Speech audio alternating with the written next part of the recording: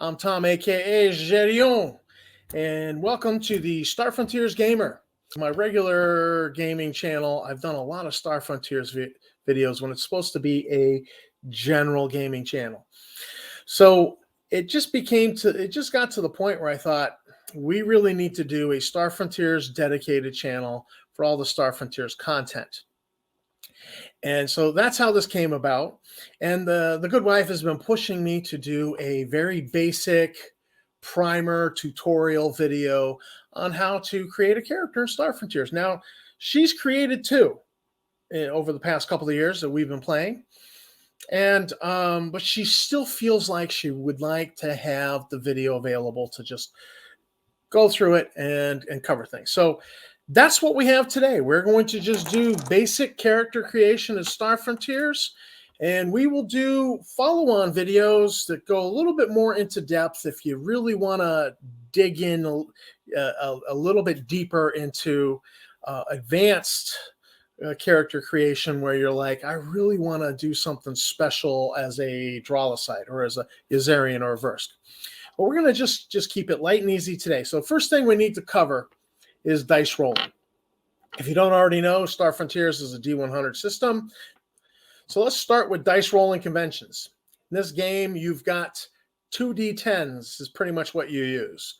One of them will have the tens place. So it'll say, 10, 20, 30, 40, 50, 60, 70, 80, and then double zero.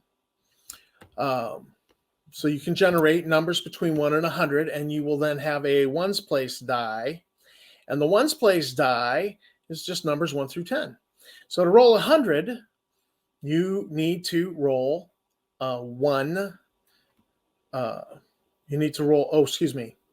it's 1 through 0.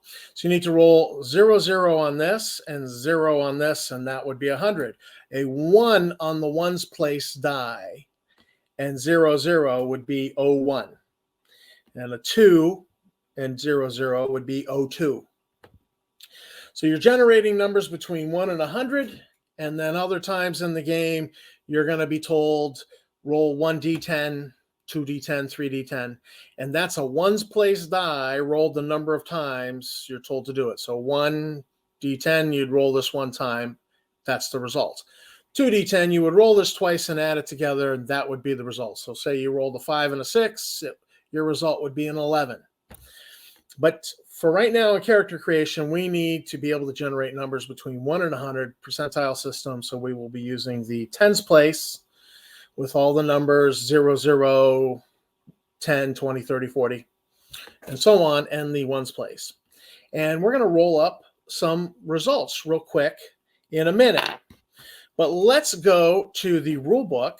Let me show you the rule book. Here we go. This is the Alpha Dawn expanded game rules. There is also, ta-da, the basic game rules. Now, when they developed Star Frontiers, they said, let's do a really short, like 16-page book that's just a basic, that just introduced people to role-playing. Like, nobody knew what role-playing was because we'd all been playing D&D at the time, and we're all excited about it. Now, you will either have the expanded and basic, or you won't. If you've bought the original rules, you have hard copy, paper copies of the rules. If you've downloaded off of RPG Now, you've got, paper, perfect bound or hardbound of the rules. If you've just downloaded the PDFs, then you've got those. And right now I'm showing you the PDF. Now, but if we jump to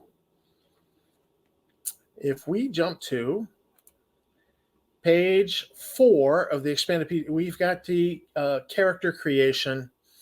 So number 1, character sheet. Where are the character sheets? So you want to go to the basic game rulebook and then turn to the back cover. Here we go. Back cover is a character sheet. It's a very basic character sheet. It does not have on here all of the things you need for your character, but it has everything you need to be face up when you're actually in play at the tabletop. is all of this information on here. You will turn it over and write on the back your miscellaneous equipment and your skills and your PSA, what your PSA is. It looks very much like the character sheet on the back, except it's double-sided. So you've got place to record your primary skill area. You've got place to record your primary skills, your secondary skills, sub-skills. To be honest, we never filled in the sub-skills. You can.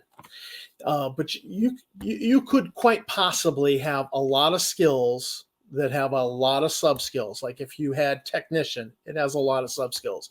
If you had computer skill, it has a lot of sub-skills. If you had robotics, it would be too much to write in here, so you wouldn't bother with it. You would just write in your robotics skill level 2, computer skill level 1. And you would keep the quick reference sheet for all of the sub-skills handy at the table. That's how you would handle it. I've never really bothered with writing this in, but if I only just had 1 or 2 skills with sub-skills to track, I might actually write them in and put their success chance down. You then have space for your miscellaneous equipment, any robots you happen to own or have been issued to you by your company, your employer. And then vehicles and computers, same thing, but starting characters are not going to have those things.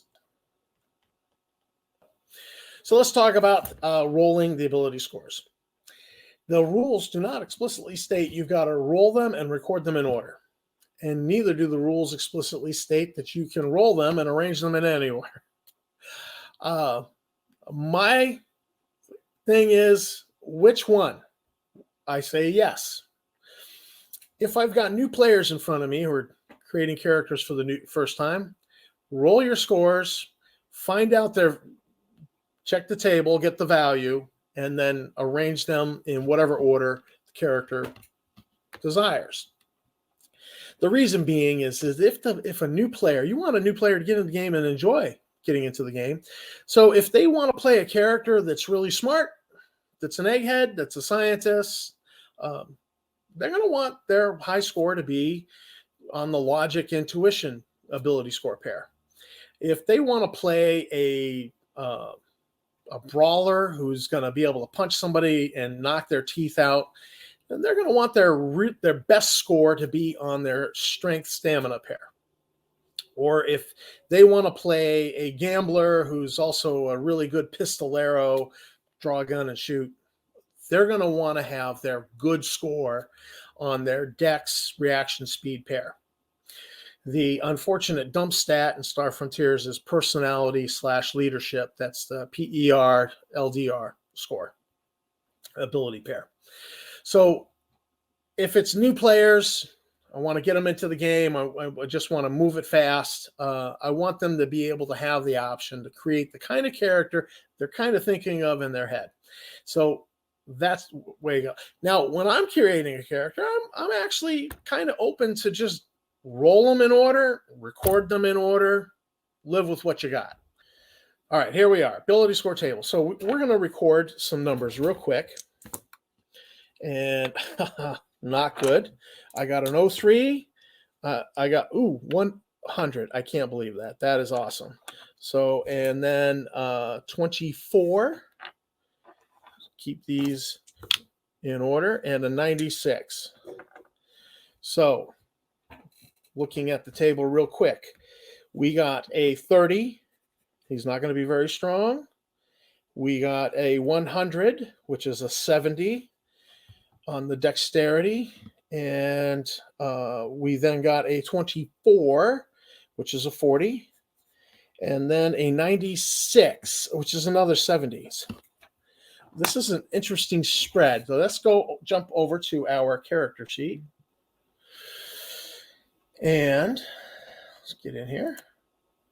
Let's record some stats. So 30 for this ability pair. When we say ability pair, we mean ability pair. It goes on both sides of that slash. So it's 30 strength, 30 stamina. And we maxed out on our dexterity. Come on. 70. And come on. 70 and 40. So he's not too smart. He's smart enough. Was an intuition and his logic are at 40, and then, boy, this is interesting. He got a 70 for personality and a 70 for leadership. All right, so we've recorded, or you have arranged your ability scores.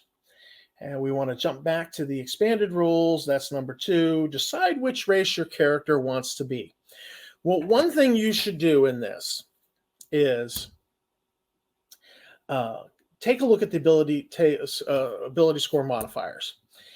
Because if you've rolled the worst result possible, like I did on strength, on my strength is the worst result possible, and I wanted to play a Yazarian, that would be a -10 to strength. So my strength, which was already the worst result possible, would drop from a 30 to a 20.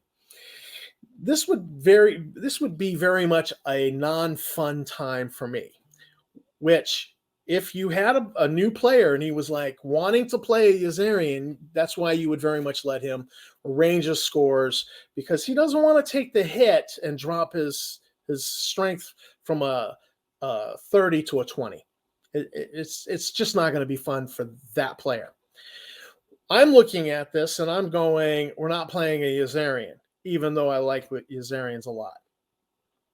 But Drolocytes get a natural bump to their strength, and I can absorb the hit on the dexterity reaction pair. So we're going to go with a Drolocyte. So let's jump back to our character sheet, and we'll write that in. So we should put in my character, my player name. I'm Gerion, and my race, which really should say species, because he's not a race. It's like with humans, you have African Americans, Caucasians, Hispanic. You have different races. Yes. But Drolocytes are an entirely different species from humans. So, this was done in the 80s. They put race in there. The habit was to have the fantasy races, dwarves, elves, so on and so forth.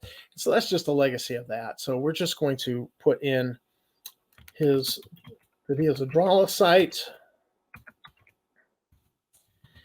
And we understand that that's really species. And again, here we have sex, but it's really gender. And Drolocytes, because I've read the Drolocyte description within the rule book, I already know that Drolocytes can be male, female, neuter. They have 3 genders that they can control which gender they're in by taking drugs. And so my character's not looking to become pregnant. He's not looking to impregnate anyone. So he's using the drugs to stay in neuter phase. So we're going to just put the neuter phase. For his gender, we'll get to his walking rates. Handedness does not apply because he's a Drolocyte. And I need a character's name. And they're amorphous blobs. They're plasmoid, shape-changing with elasticity. So I like names like Duke, Dolo, Rolo, that kind of thing. We're going to call him, I don't know. I'm just going to put in, how about Bolo for now? I was going to put in Bob as a working name until I came up with something better. And let's apply our racial ability modifier. So we've got a +5 bump to our strength. Get 35. We'll take the hit. Take the hit on our dexterity and reaction speed.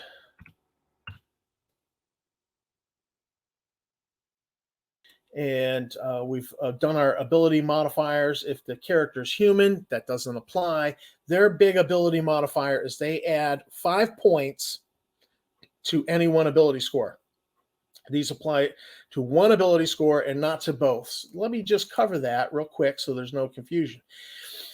Now, you saw how I applied the ability score modifier to both sides because it's applied to the pair. If this was a human, I would only apply it to one side.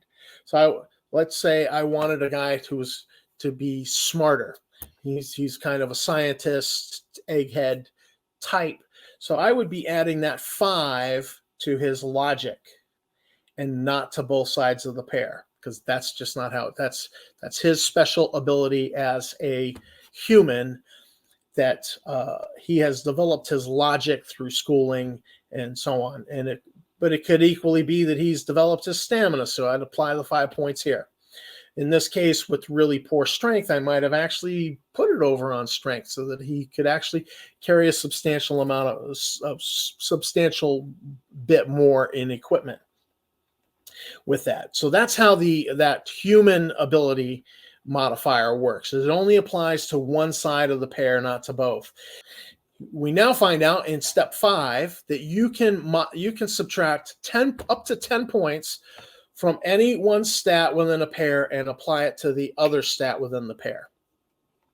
So going back to the character sheet here, I think my personality is a little too high because he's supposed to be corny. He's supposed to be a bit of a, corny, quoting Monty Python and the Holy Grail type of movies. So we're going to bump him down to 60 and add the 10 points over here, which is going to give him a hellaciously high leadership ability, ability to give orders. And that said, do we want to do anything over in these areas? I don't feel like it. So, it'd be really nice if I could take like 5 points from dexterity here and apply it up here to strength, or to take 5 points from I can't do that. But I can switch in between. We're already at 7 limbs. A Dralocyte determines the number of limbs that they can generate because they're an amorphous amoeba type blob. They can determine how many limbs they generate by their dex score divided by 10. And since we're going to have a fraction in that, we round up. So he's generating 7 limbs already. So down here under racial species abilities, I'm going to put 7 limbs because I know I'm not going to change that. I think that's pretty good where it's at. Divide your reaction speed by 10 and record the results. Fractions round up. This is your initiative modifier. So here on the character record sheet, we need an initiative. Your initiative modifier when combat erupts will be 7.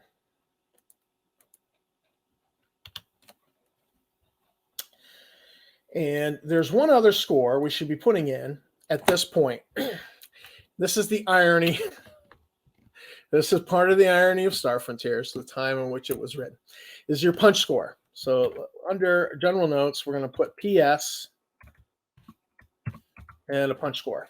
And the punch score here, your punch score is how much you damage when you punch somebody with bare fist. This is, and your punch score is sometimes applied to certain weapons, certain melee weapons. Like if you're using a baton, a police baton, nightstick, baseball bat, certain weapons, because they're a bludgeoning, you get to add the punch score to that weapon when you do damage with that weapon. So the punch score is not here in the character creation section. I already know that. We're going to go to, I believe it's page 25, and scroll this over right there, punching table. So if you remember, your initiative modifier was your reaction speed score divided by 10, round up any fractions. This one is divide your strength by 20 and round up. So any factor of 20 in your punch score or fraction thereof bumps your. So our punch score being 35 is going to be a 2. So let's jump back over and record A2. So he doesn't do a lot of damage when he punches. I really need to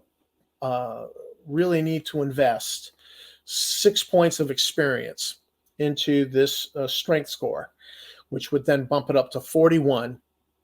There would be 2 factors of 20 for the 40, and then a fraction would be that 41. It would give me a punch score of 3. A little bit more damage. Punch score applies again to punching with your bare hand and certain melee weapons. You say, wow, just punching with a bare hand doesn't do a lot of damage. Well, you actually most characters will get to punch 2 times. Melee weapons, you only roll once, hit 1 attack with a melee weapon, but you can get 2 punches in. And the way the rule works in this game is that for every pair of 1 arm and 1 leg, you get a punch.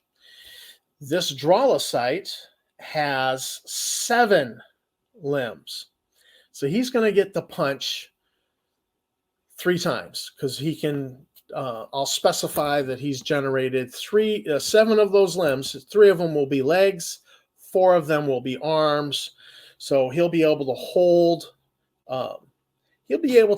a pistol, and then if somebody got too close to him and he couldn't shoot them with the pistol, he could punch them with his hands.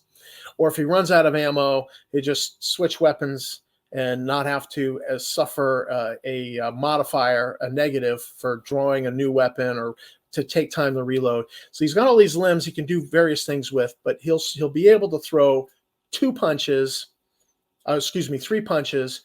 in a barroom brawl. So that's really cool. I do like that. It's just he doesn't have the strength to really throw a good punch. That's unfortunate.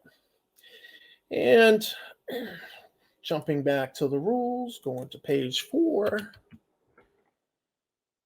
We did item 5. We did item 6. All right, non-human characters with special abilities. So let's add this down. He has a less elasticity. He can generate 7 limbs. By the way, it takes him 10 minutes to generate a limb from the word go. So we want to add lie detection 5% to this character.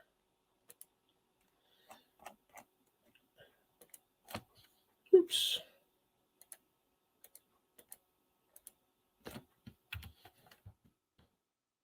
And lie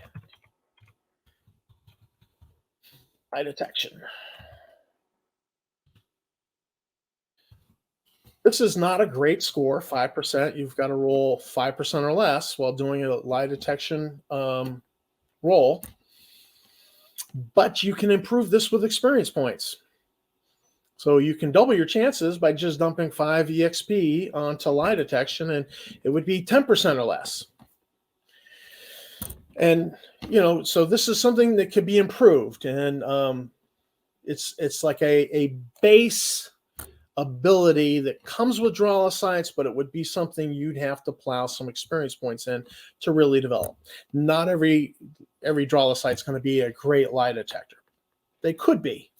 And, you can always just take the chance when you're dealing with an NPC or, just go for it and roll, and maybe you get that 05 or, 01 or 02 on the roll. You might get lucky. And then again, you might not. But it's always something, it's there, and you can increase it with experience points over time. So let's jump back. Those are our particular species abilities. If the character is a human or Usarian, decide whether he's right-handed or left-handed. I already wrote that down. Decide whether the character is male or female, unless it's a Drolicite, and give it a name. Unless it's a Drolicite, you should decide whether the Drolicite is male or female. And then number 10. Number 10 is rolling your money. So let's do that. 98 plus 250 is 348. Not bad. So let's go with 348. back to the character sheet. And we're all the way down here. 348 credits for now. So this walks you through the basic and then it starts telling you how to do ability score checks and things that you could use your ability scores for. Strength determines character's chance to break open doors, bend metal, shift heavy objects, anything else requiring brute force, stamina. So you have explanations of all of your things that you can do, improving the characters. And again, layout of these roles is a product of their time. Skills. Learn skills, and they want you to jump to the skills section. So it's not a unified character creation section. You still need skills. And let's just do just a brief overview of these characters. So here, one page. This is brilliant. Drawlicites. They give you the physical appearance and structure. This is very easy to read one page on this character. We call these the autopsy pictures, more because of the Sathar autopsy picture, because there's actually a toe tag on the Sathar, like he's laying on an autopsy table. But we call these the autopsy picture. They show a little cutaway of what the Drawlicite looks like. He's an amoeboid, giant walking amoeboid. Talks about their senses. They can only see black and white, but their eye spots very sensitive. That's what allows them the ability to lie detect. They can see shifts and changes in the character's biology in their face, and with skill and time, with practice and time, they're able to become effective lie detectors. Their speech, society and customs, attitudes. Discussing elasticity here, I already knew that it's dexterity divided by 10, so we already wrote that down. Lie detection. Same for humans, same thing. All of these categories covered. Verse, again, showing you the verse. They have an internal and an external skeleton. That's why it's possible for them to be basically a giant walking bug, because they knew exoskeleton would not support the weight of that large of a creature. Also of note, right here that tells you average size, 1.3 meters tall and 1 meter wide. Average weight, 65 kilograms. This is information you can transfer to the thing. Average lifespan, 250 years. Their reproduction is hermaphroditic budding, and body temperature is 30 C. And you get the same across all of them here. Human average lifespan is a little less, 200. Their reproduction, heterosexual viviparous, is how the biology works. And verse, they're heterosexual egg layers. I can never pronounce this right. Ovoviviparous, however it's pronounced, means that there are heterosexual egg layers, male and female. And Yazarians, again, another heterosexual species, viviparous. They deliver live young. And then, of course, the Sathar, this is Game Master only, but I mean, notice this picture here. He's got the toe tag attached to the finger. I love it. So that's why we call those the autopsy pictures in the game. Yeah, so you want to get to, in your character creation, you want to get to page 11, which is skills. And this will tell you there are 13 different skills a character can learn. They're broken into 3 primary skill areas. And let's blow this up so you can see it. So here's our basic skill areas: military, technological, and biosocial. And they tell you about how you learn a skill. Well, starting characters. Where we go? Start of the game. Character must choose one primary skill area as his career: military, technical, biosocial. Biosocial is your science stuff. Okay, the 3 skills in that area are medical, environmental, dealing with environmental science, basically, and psychosocial, all the stuff dealing with the brain. The actions you can do with psychosocial are like hypnotism, persuasion, empathy, and psychopathology. Like if somebody was really disturbed, had a mental disturbance going on, you could use psychopathology to try to help them, try to cure them of that. So your basic career, your PSA will be biosocial, technological, or military. Basic career, basic orientation of the character. The skills in these areas are those skills that the character is going to excel at. And you can see that right here. If you notice where I'm moving the cursor under military, these numbers that are not in parentheses, these are what you pay for a military skill when you have the military PSA. The numbers in parentheses are what you pay for a military skill when you do not have the military PSA. So that's the breakdown. So technological, biosocial, same sorts of dealios. And you have to decide. Now, I've got a high dex, which means he could be a really good shooter. Military skills would then work well for this character. He also has a high personality and leadership for interacting, although I dumbed down the personality because I feel like that would match a Dralosite better. And I upped the leadership, so he's got some training. So I got a feeling I got to go military PSA for this character. Such a good leadership that's going to work well with his military background. We're going to write a military background for this character. So let's jump over to the character sheet, and we're going to pen in right here, military. Oops, I'm hitting stray keys.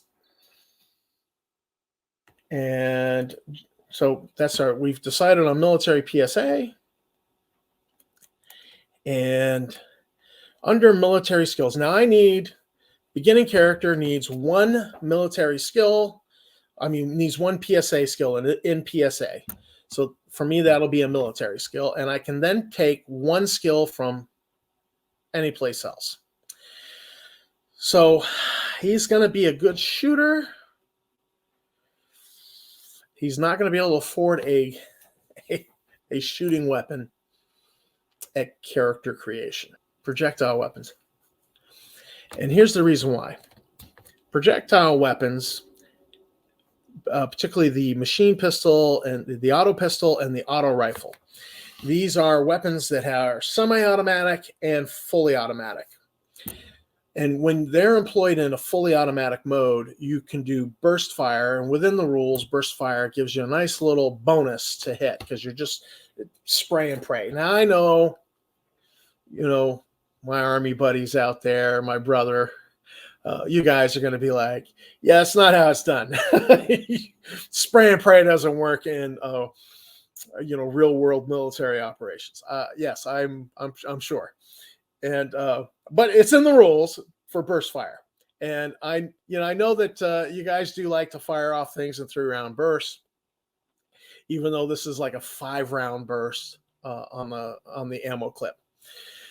So I'm just going to look to leverage the projectile weapon skills, and projectile weapons actually come in fairly cheap compared to like a laser. The laser is much more creme de la creme of the weapons because it can be, the damage is variable. You can dial it up. So I'm going to go with projectile weapons. Let's add that into the character sheet. We put it right here under PSA skill.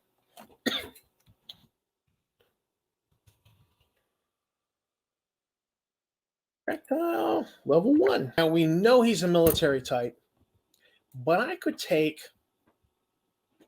another skill in any skill section. Now, technological skills, computer skill gives you all of these sub-skills. Interfacing computers down here. Robotics skill comes with a bunch of sub-skills. We want to get past that and take a look at the technician skill. It gives you the ability to operate machinery, repair machinery, opening locks, detecting alarms and defenses, deactivating alarms and defenses. I like this. It's kind of cool. And the ability to operate machinery includes the ability to drive. A technician can operate any ground or water vehicle regardless of his level. At second level, he can fly a jet copter. At fourth level, he can fly an air car. At sixth level, he can operate rocket-powered machines. Technically, that actually covers spaceships that are system-only ships, that are chemical drive system-only ships. So that's I kind of like this idea of technician skill. And so he's able to shoot and he's able to drive. And so we're going to go with technician skill. Let's jump over to secondary skills here. We will put tech.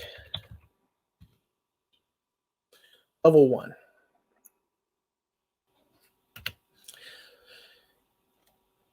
And I won't bother writing in sub-skills now. There's actually no sub-skills to write in for projectile, but they're definitely all those different actions I covered for technician. I can fill them in right here. So, and then miscellaneous equipment. Let's put the now, and again, you got to jump in the book to find the equipment. So let's do that jump. I believe 41.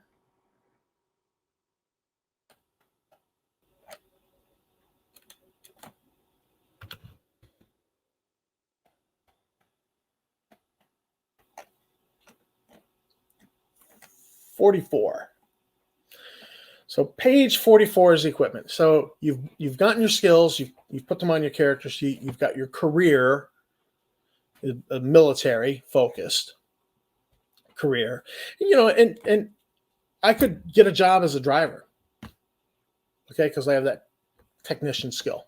So I could get a job as a driver, or once I bump it up to level 2 in technician, I could get a job as a helicopter pilot. So, I'll have I might not have a job as a mercenary or as a security guard or, a rifleman or anything like that. I might just, you can take different jobs in the game and you're not limited by having taken a career of military. So here's the equipment table. You've got to jump in the book to page 44. Page 40 actually in the book. In the PDF here, I'm on page 44. And we should start with, you almost want to start with the standard equipment pack is 150 credits. It's a good choice to take for a starting character. But up here, automatic pistol, 200, and it only is 2 kilograms in mass for the automatic pistol. Or I could go with a needler pistol, much more limited, for 200 credits. I have 348, not quite enough for both, and I wouldn't be able to buy ammo if I did manage to buy the standard equipment pack and the gun. The smart money is generally on assuming at character creation that your first mission, your first employer is going to spot you some equipment. Typically, it will be the Skyne suit, which a military Skyne suit as a defense costs 300 credits. So I could afford that, but nothing else, pretty much. I could afford a pistol, buy a little bit of ammo, but we're going to go right to the miscellaneous equipment. Let's zoom in so I can show you. Let's start with the standard equipment pack and add that to our character sheet.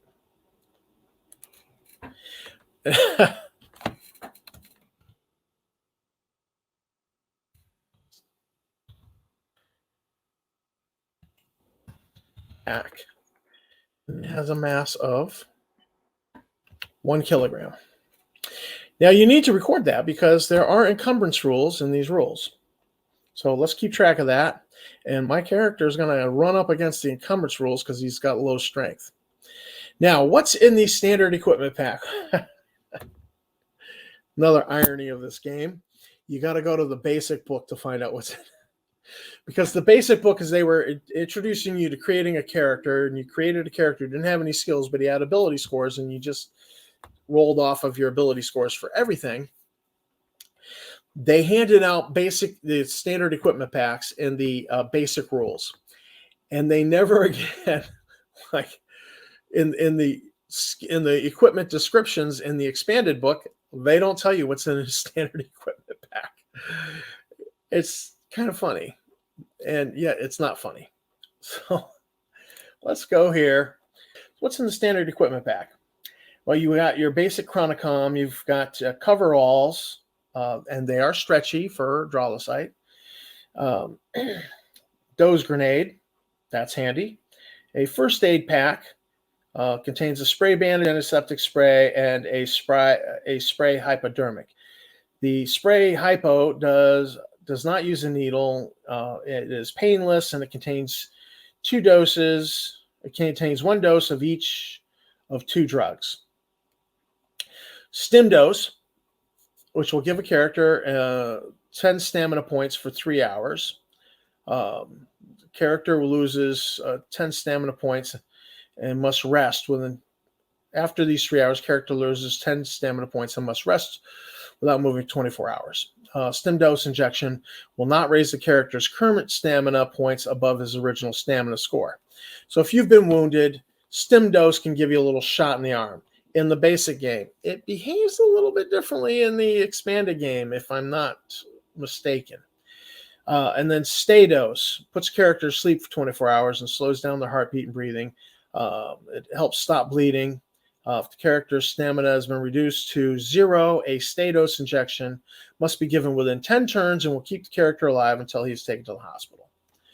And an ID card, a pocket tool, and survival rations. I'll add all of these to the game now, and then we'll jump back into the video. Okay, standard equipment pack has chronicom, coveralls, doze grenade, first aid pack with stim dose and stay dose, a pocket tool, think like a Gerber with a pair of pliers and a bunch of Swiss Army blades hidden in there, screwdriver. So it's a multi-tool. And then an ID card and survival rations for 5 days. So I still have another 198 credits to spend. And we could consider a cheap melee weapon. I don't have melee score, but it is possible to attempt some actions without the skill to do so. And shooting and melee are some of those actions that you can attempt without the skill. So we're thinking a cheap weapon. I'm going to go with a knife up here. Has no weight. Everything else here goes against my encumbrance. A knife has no, cost me 10, and it has no encumbrance value. So plus 10, I'm up to 160 credits spent. Let's record that.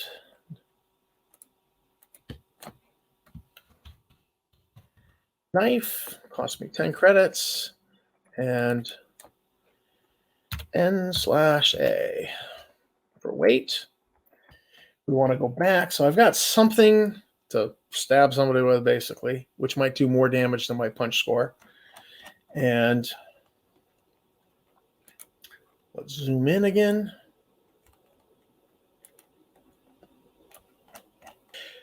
Back to miscellaneous equipment here. We certainly have room to spend some money. And I'm going to go with a Toxie Rad Gauge right off the bat.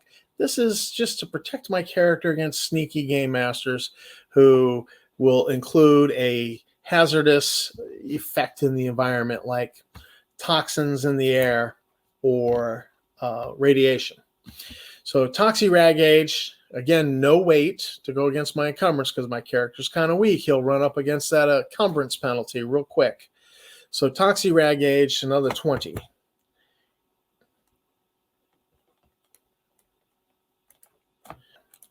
So let's add the Toxie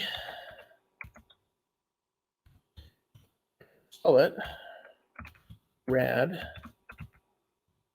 Age for another 20 credits. Jump back to this list. You know what? A flashlight. It's another low budget purchase. Another 5.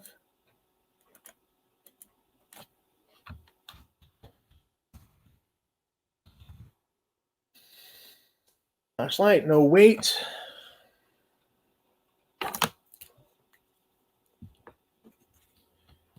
And rope, wicked cheap, but it does add, it's 100 meters of rope, so it's going to add some mass to my encumbrance, but it's wicked cheap. So we're going to go with some rope for 2 credits. Jumping back over to character sheet. This gives my player some options. I mean, my player character.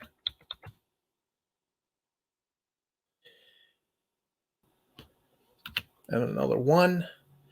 So far we are up to 2 kilograms of material being carried. And let's just take another look at the cheap stuff on the list. Oh, you know what? Gas mask. Where's the gas mask on here? Gas mask, 30 and no weight. Let's buy a gas mask for 30 and add that. And here's the reason why.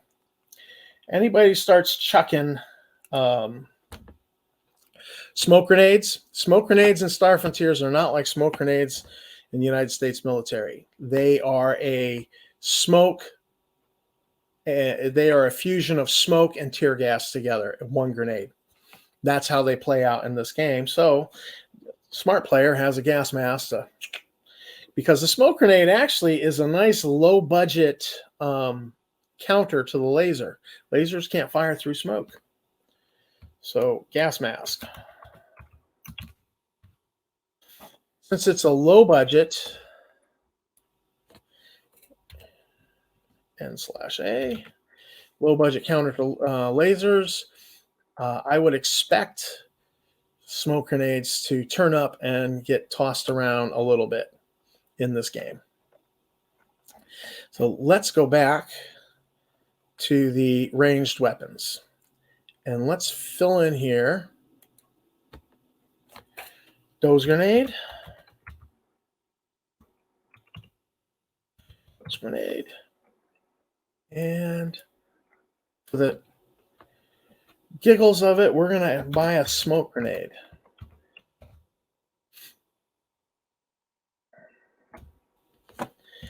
Let's put in, we'll put that in ammo. Over here, so ammo will be 1, and will be 1. I'll be able to toss the smoke grenade.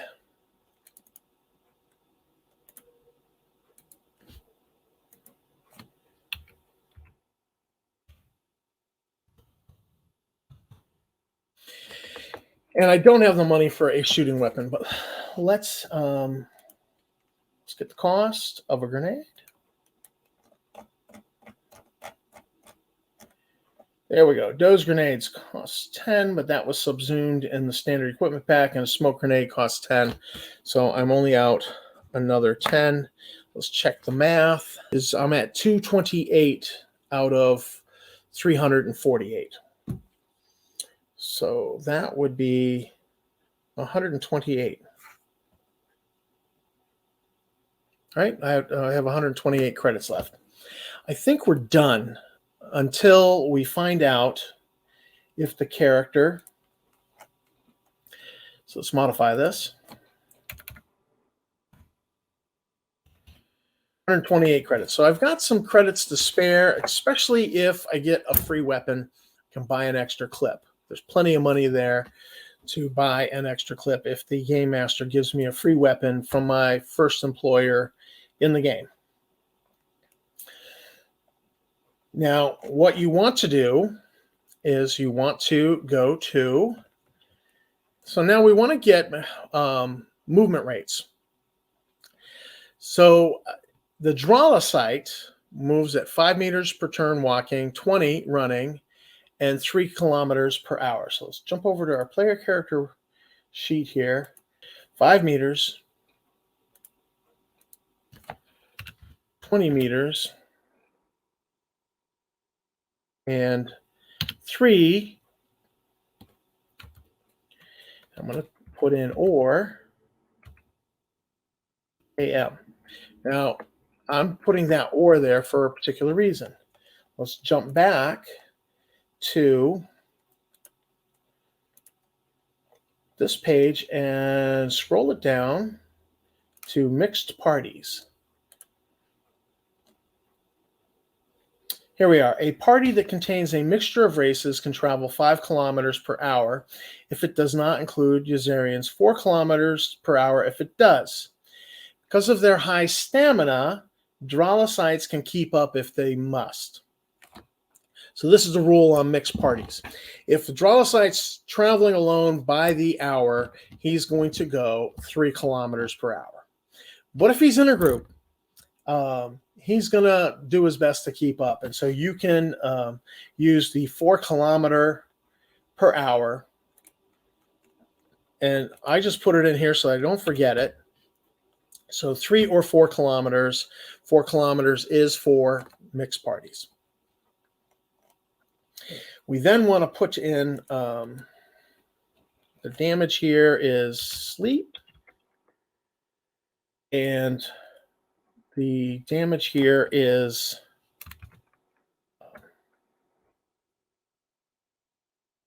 special.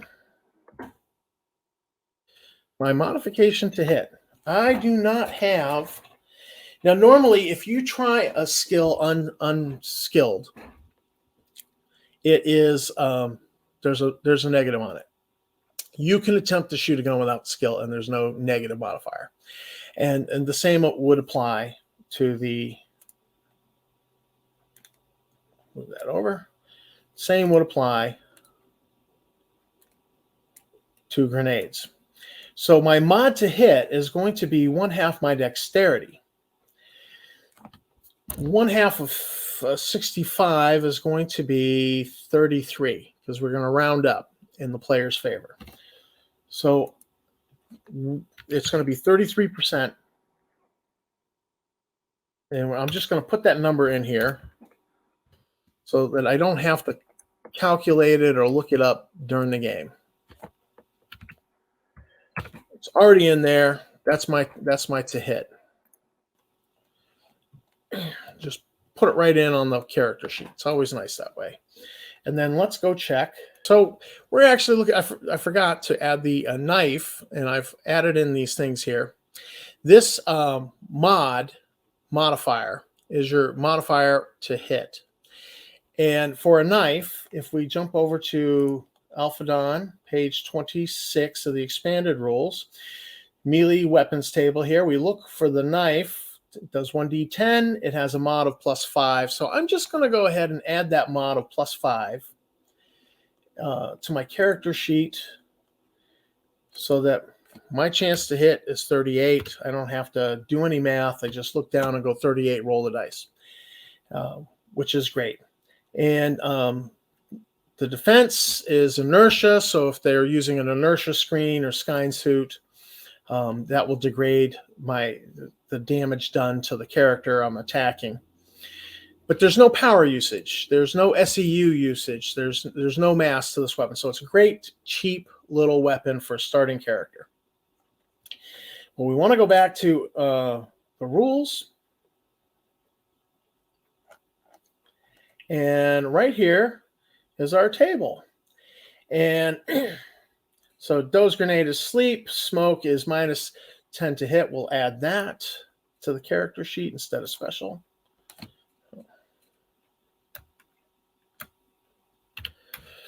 So it's a stamina save or -10 for the smoke, plus the smoke has other things that it does. Let's get our range bands here. So all of the range bands are the same for all grenades. They're just all the thrown weapons. 0 to 5, 6 to 10, 11 to 15. Let's see if we can do a little copy and paste here. Save ourselves some effort.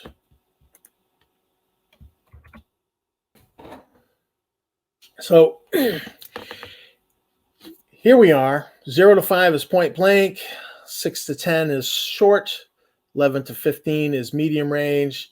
16 to 25 is long range. And extreme range is 26 to 50. And there are combat modifiers for throwing these extreme ranges out here. And it'll be the same. We can just copy and paste this down for the other grenade. And we don't need any SEU usage because you just pop the grenade and throw, and I've got 1 each to throw. And we're hoping that when the game starts, the game master is going to give us a defensive suit. They usually, most referees will hand out 1.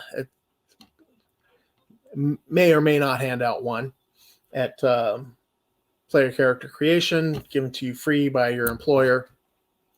You don't generally get a defensive screen at character creation. They are expensive. And energy record. We would record any power belts, power backpack we happen to pick up. We don't need it because we don't use lasers or sonic weapons that burn a lot of energy. So we're not bothering with that. We're going to hang on to the 128 credits. And our character is ready to go. Oh, his current stamina. Let's put that in. What is his current stamina? His current stamina is 35. And we will just mark off stamina as things go. And other injuries would be if he fell and broke an arm. Now, this is Drollicite. They're elastic. It is still possible for them to break an arm, to break a limb. All a Drollicite has to do is reabsorb that limb, takes 10 minutes, and then regenerate that limb, and it's no longer broken. So that's the special rules for Drolicites on that. But if there was a special injury to this character, we'd put it in there. Generally, you're just marking off stamina, lost stamina, i.e. hit points.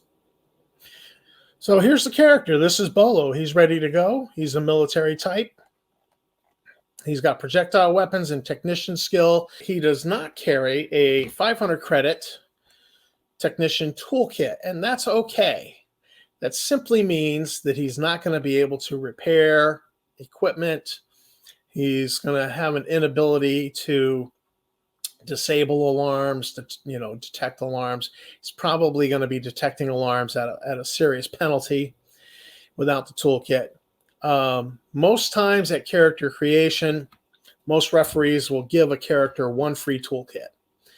And that it has to be a toolkit they have a skill for. So if that's the case, because I'm whipping this guy up as a player, I need input from the game master, from the referee. So the referee would then potentially inform me, you get a free Skyne suit for defense, you get a free toolkit, and he might have the company issue weapons. And usually they'll issue a weapon that you are skilled with. In this case, it would be a projectile weapon, so I would go for a machine pistol. And if I don't get an extra spare clip, I'll buy a spare clip off the equipment list. So this is this character, and he's ready to go. I kind of, he's looking to be the driver. That's why I went ahead and did technician and didn't bother with the toolkit, because he's just looking to get in and operate a vehicle. And he's able to do some shooting if he gets a gun. His shooting would be 1/2 his dexterity, 33, plus his skill level, 10% for that, 10% per skill level. So it'd be a 43 for him to shoot with the machine pistol. If we then invoke burst fire rules, that adds a plus 20. So I would be testing at a 63 as a brand new, squeaky clean, new character, doing the whole spray and pray with the machine pistol, with the auto pistol. So not bad. That's character creation. Going by the steps, walking you through it. Now, what about encumbrance? I kept alluding to it. You see here, I've got a total of 2. The encumbrance rules are your character can carry up to 1/2 of their stamina in kilograms. Now, strength. So my strength is 35. So 35 divided by 2 is, we round up. So it'd be 16 kilograms. I can carry up to 16 kilograms. Now, if I get a free toolkit, that's going to be that's heavy. It's 10 kilograms. So that would put me up to 12. If I got a free Skyne suit, the Skyne suit,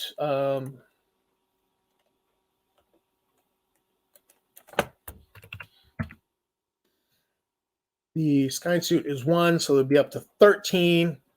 So I'd be coming very close to my my limit of 18. And an auto pistol, if I got a free auto pistol from the employer, that would be 2 more, so 15. But I would be able to pick up some bullet clips.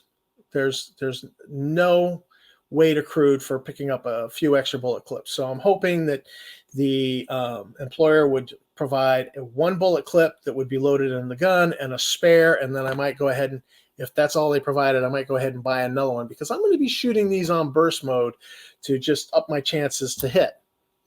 So that's this character's setup, and he's I can't carry much more in equipment without it slowing me down to half speed if I go over 18 kilograms of weight carried, of mass carried. So that's that.